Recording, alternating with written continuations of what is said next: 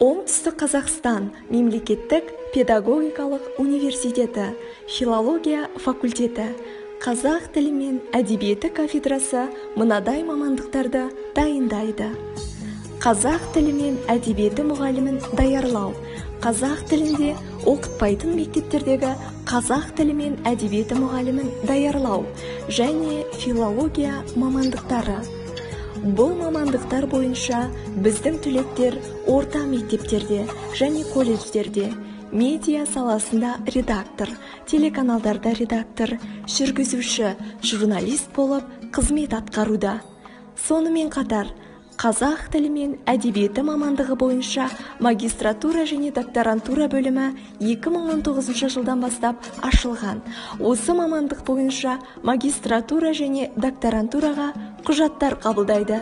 Келіңіздер, мектеп түлектері, оқымбумен бірге болашаққа бастаңыз. Біз оқымбуды таңдаймыз, сіз де оқымбуды таңдаңыз.